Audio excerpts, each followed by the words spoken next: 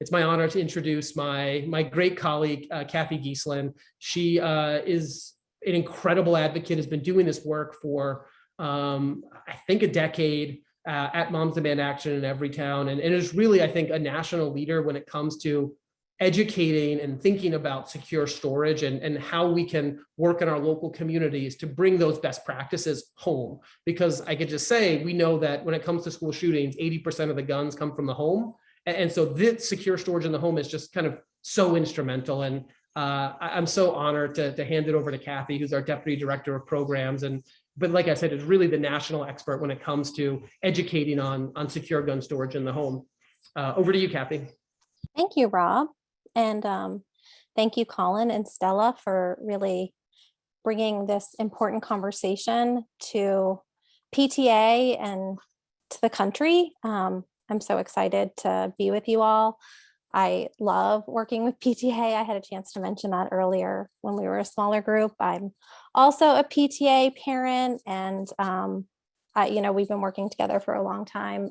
So personally, I'm a PTA parent, but also I'm always so grateful to have these conversations. We're going to shift gears a little bit. Rob did a great job talking about where we are legislatively. This conversation is going to be a little bit more about how you can take action right away without having to pass laws or policies.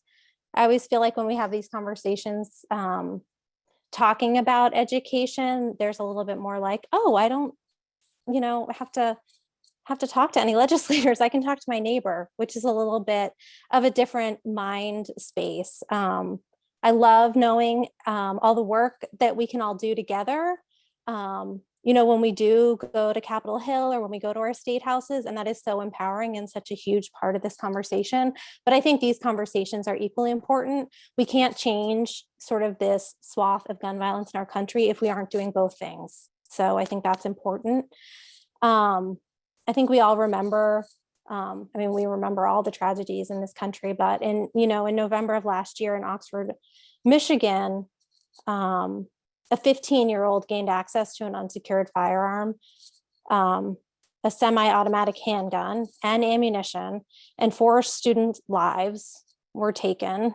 7 other people were wounded, and an entire community was forever changed. That story has repeated, I can't even tell you how many times. And that was a devastating and preventable tragedy. And I think that's the kind of thing when we talk about unsecured firearms, that's just one example. I can think of countless other examples. So I'm going to talk for a few minutes about those types of tragedies and then all other types of tragedies that result when children and teen gain access to unsecured firearms. You can move to the next slide. But before I start, I really do want to sort of do a little table setting and kind of come up with some agreements when we talk about this topic. These 3 things that we agree on when we talk about this topic, it's really important because we really do try to spread this message in all communities when we're talking about gun storage. Again, we're not talking about laws or policies. We really want to get this message out to absolutely every single person. 1, we want all kids to grow up happy and healthy. We each have the right to make responsible decisions about how to protect our homes, our families, and our communities, and that includes whether or not to have a gun in our home. And 3, if we can prevent even one child's gun death or injury, it's our responsibility to do so. So Be Smart's a program to bring together all adults that are concerned about kids, guns, and safety. It's a heartbreaking fact that in the US, firearms are the leading cause of death for children. It's really a public health crisis.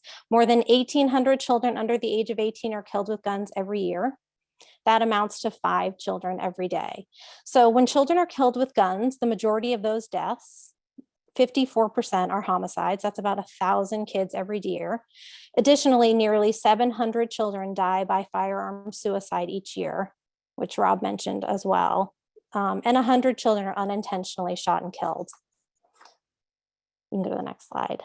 A shocking 4.6 million children in the US, 4.6 million, live in a household with at least one loaded, unlocked gun. And even like I mentioned at the beginning, school shootings, mass shootings, those are the things that typically make national headlines. Almost all unintentional shooting deaths occur in the home. So that's really what we're going to talk about. And the Secret Service found that nearly 3/4 of school shooters acquire their firearms from the home of their parent or a close relative. So we really need to think about, like, what can we do to make sure that people are securing their firearms in their homes, right? I know this is an emotional issue, but we're just going to talk about what we can do. Like, what can we do together to make sure that everybody that we know is locking up their guns, right? All right, what can we do? Next slide, please. We can be smart. Again, we're not talking about laws or policies. These are just simple steps that we can take together. So you can go to the next slide. Oh, look at that. I didn't even know it had that little fancy thing that did. You can go to the next slide. So we're going to start with S. This S in SMART is securing your homes and vehicles. 13 million households with children contain at least one gun, and the majority of children in gun-owning households actually know where that gun is stored. So when we talk about securing a gun, sometimes that can be confusing. What does that actually mean? A gun should be stored securely, which means that they are always inaccessible to kids, and making sure that children are never in the presence of unsecured guns. So hiding a gun is not securing a gun. Next slide. So a lot of times we get real specific questions like, what does that mean? So we do have tons of resources on this. You can always go to besmartforkids.org, and we actually have pictures of gun locks like this. We have printouts that you can use in your community that you can print out and share with parents, with community members. Again, and contrary to popular belief, locking up a gun does not prevent gun owners from readily accessing their guns. There is a common myth that storage devices negate self-defense purposes of owning a gun by putting time-consuming barriers between the gun owner and their means of self-defense. But the reality is that there are many affordable options for securing a gun that provides the owners with access to gun in a matter of seconds, while still preventing access by children and people at increased risk of themselves or others. So if you go to the next slide, you can see a couple of different options. So the key is making sure that those that should not have access do not. But if somebody is looking for quick access, there are available options. And further, it's possible that unsecured guns may actually increase the likelihood of crime and violence through an increased risk of gun theft. Did you know that at least 2 guns are stolen every 15 minutes? Which is just a shocking statistic. So, and remember that locking up guns in cars is important too. More than half of stolen guns are taken from cars. Next slide. So the M is for modeling responsible behavior. Every law-abiding adult has the right to decide whether or not to have a gun in the home. Of course, you can't rely on curious kids not to find a gun. So kids know where their parents store their gun, and more than 1/3 of kids have reported handling their parents' gun, many doing so without the knowledge of their parents. Nearly 1/4 of parents did not know that their children had handled the gun in their home. So it's always an adult's responsibility to prevent unauthorized access to a gun, and not a curious child's responsibility to avoid a gun. So of course you should talk to your kids about gun safety, but remember that's a precaution and not a guarantee. One study found that children who go through a week-long gun safety training are just as likely as children with no training to approach or play with a handgun when they find one. So regardless of training, kids will still play with that gun. Next slide, please. So the A is for asking about unsecured guns in other homes. So like I mentioned, there's 4.6 million US children living in a household with at least one loaded unlocked gun. So that's why you need to ask about firearms in other homes that your children might visit. So the best way to do this is to couch those safety concerns, your question about guns, with other safety concerns. So, and that could vary depending on, the age of your child. So if you have a young child, you might, also ask about car seats, do you have a booster in your car? You might ask about allergies. If, I have teenagers, so I'm often asking if there's going to be parental supervision or access to alcohol. And I will include my questions about guns in those texts or emails. Using electronics oftentimes makes it easier. And also normalizing the conversation. So I'll offer up information about circumstances at my house. So I'll just say, at my house, this is the plan for the day. We're going to spend the day at the pool. There are no firearms when we're back at our house. And, we're going to get pizza for dinner. So it's just all normalized conversation. We should not be exceptionalizing safety conversations around guns. So on the next slide, you'll see some examples. These are a variety of circumstances. And these are different posters. So if these are things that you're interested in having hung around your community, we encourage you to get in touch with your local Be Smart chapter, and we can make sure to get those to you. The R, recognizing the role of guns in suicide, which we've mentioned a few times today. Access to guns.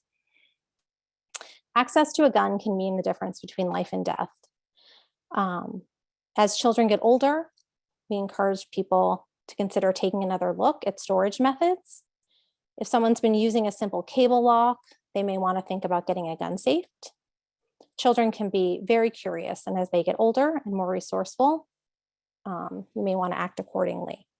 Also, if you know that a loved one is in distress, you may want to consider temporarily removing a gun from your home. It's important to consider that firearm suicide is uniquely lethal. 90% of suicide attempts using a gun end in death, and half of US suicides in the US are gun suicides. 70% of people who survive a suicide attempt will never attempt suicide again. Next slide. A survey of high school students, a national youth survey conducted by the CDC showed that 20% of high school students had seriously considered attempting suicide within the last year. And one study showed that 41% of adolescents in gun-owning households report having easy access to guns in their home. Research shows that secure firearm storage is associated with a decreased risk of child firearm suicide. So the key here is, how do we reduce access, children and teen access to firearms? Next slide. Oh, this is just for your resources. I wanted to make sure you had this information as we talked about suicide. So the key here is telling everyone you know to be smart. So we have resources available for you. You can think about 3 people you might want to send this message to. You can share this with your PTA. You can get in contact with our local Be Smart group.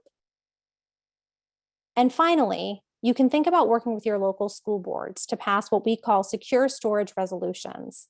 So what secure storage resolutions will do are they will ensure that the school board sends out secure storage information to every parent in the school community. So I'm sure we all can imagine that at various times during the year, especially at the beginning of the school year, you get a handful of paperwork. One of those pieces of paperwork could be how to secure your gun. We have a toolkit available at besmartforkids.org in this resources section, besmartforkids.org/resources, that's called our Secure Storage Toolkit. It has everything you need on how to work with your school board to get those resolutions passed with a school board.